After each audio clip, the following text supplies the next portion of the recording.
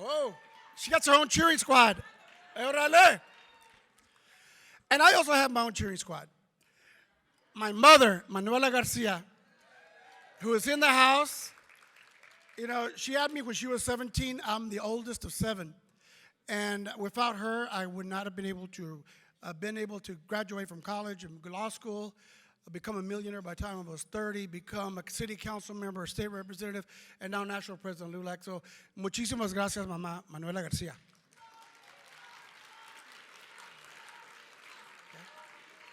And I also want to acknowledge my son, Fernando Garcia, and Jordan that are here with us today, joining me. Porque sin familia, la familia de LULAC es todo. And today, I want to tell you, LULAC went global. We had a meeting yesterday with Secretary Alejandro Mayorkas about dealing with the issues on the border. And we were on CNN Live, we were on NBC, ABC, todo, Univision, Telemundo, talking about how we solve the problems and how we solve the issues. It was LULAC that was there, no other organization, but we were standing to make sure that our voices were heard, that the voices of Jose and Maria in those detention centers, in those refugee camps, the ones that come across looking at the Statue of Liberty and believing that that dream is alive today like it was alive for my mother and for your parents and grandparents and all of those who came before us at Ellis Island or in El Paso, Texas. Today we also met with Secretary Buttigieg of Transportation. And we talked about how we can get that $142 billion into the hands of Latino contractors across the United States so we can create more millionaires and multimillionaires across this United States. LULAC has continued to work and fight to make sure that when we say with liberty and justice for all, like we did the Pledge of Allegiance, all is every Hernandez, Rodriguez, Lopez, Sanchez, Garcia, Perez in this country, including the Hernandez who's going to be up here in just a minute. We also had a meeting with the Secretary of the Navy.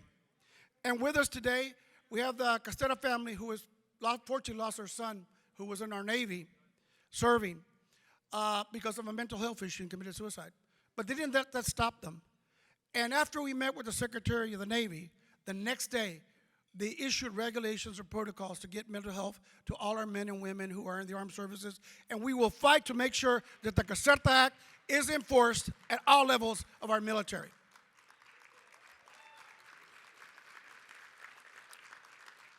We are the single most visible Latino civil rights organization in America by far.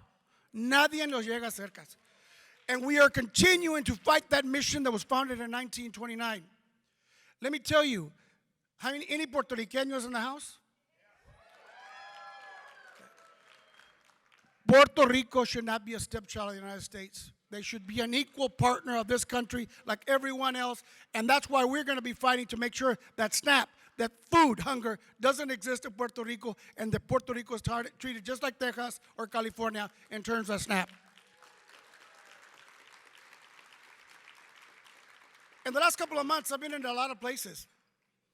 I went to Martha's Vineyard, not on vacation, because un governor de Florida que está un poco loco, se llama DeSantis, que forgot where he came from, got a plane, and we put out a reward, $50,000 for any information leading to the whereabouts of Perla. She was the one that tricked them to get onto a plane, telling them they were going to go to a place that had free jobs, free housing, y era puro pedo, okay? But we went to Martha's Vineyard. We helped those immigrants, and they have been reestablished and settled, and they are continuing to be part of the American dream because LULAC was there. I was in El Paso after the shooting at Walmart when a crazy dude, you know, we talk about El Cucuy, you know, and people out there, but this guy drove almost 400 miles from Allen, Texas to El Paso to kill Mexicans, okay? And we had heroes. I was at the hospital with Coco Garcia.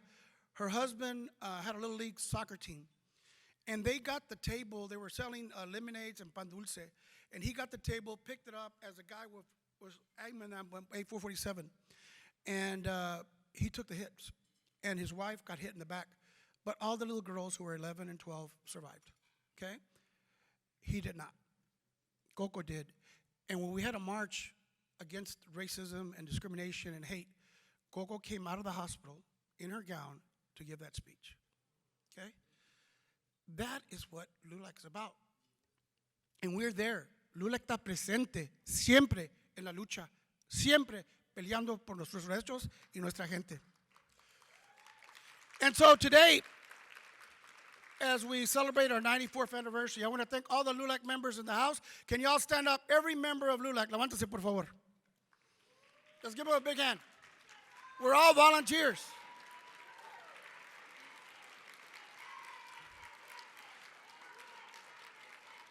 Se ve, se siente, el pueblo está presente.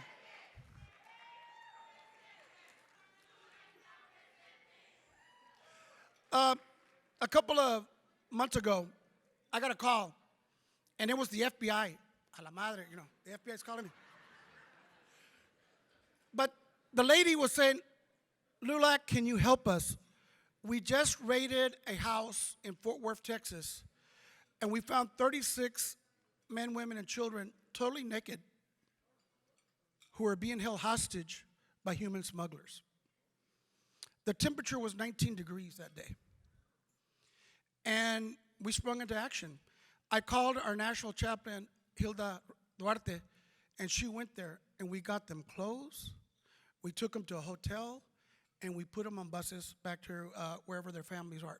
That's what LULAC does, We stand up for the weak, the oppressed, and those that need help. All over this country, from California to New York, from Washington State to Florida and Puerto Rico, LULAC members are fighting for our children, making sure they have access to internet and not falling behind, making sure our seniors are not shut in and forgotten, remembering our men and women who fought for this country and still don't have great BA benefits, but they should. And we're going to make sure that we keep fighting for those men and women today. Last year, I spent Veterans Day in Tijuana, Mexico. Not for the mariachis, okay? I spent it there with deported veterans. There were over 400 deported veterans, men and women who served our country in Afghanistan, Iraq, and Vietnam.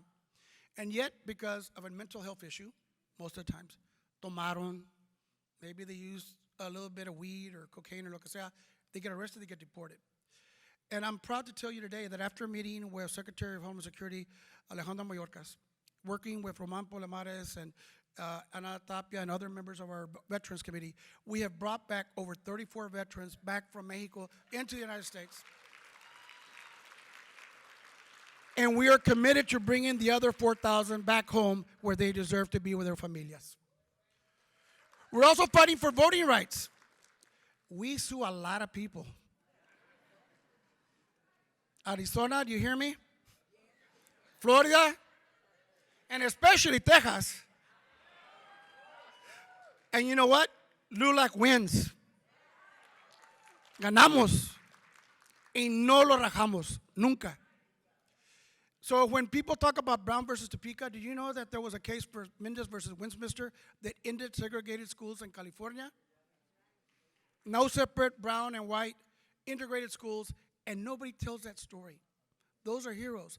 A lawyer named Domingo Garcia from San Antonio went and argued, the first Mexican-American ever LULAC member, about ending segregation in schools in America.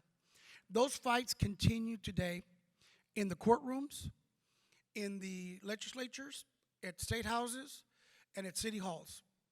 And it is you, LULAC members, that are making that difference. Those of you que tienen un buen corazón, que saben que la lucha es difícil, pero se meten como quiera, okay? And those of you know and that LULAC has been here for 94 years. I want to be here for the 100-year anniversary. Okay? Faltan 6 años.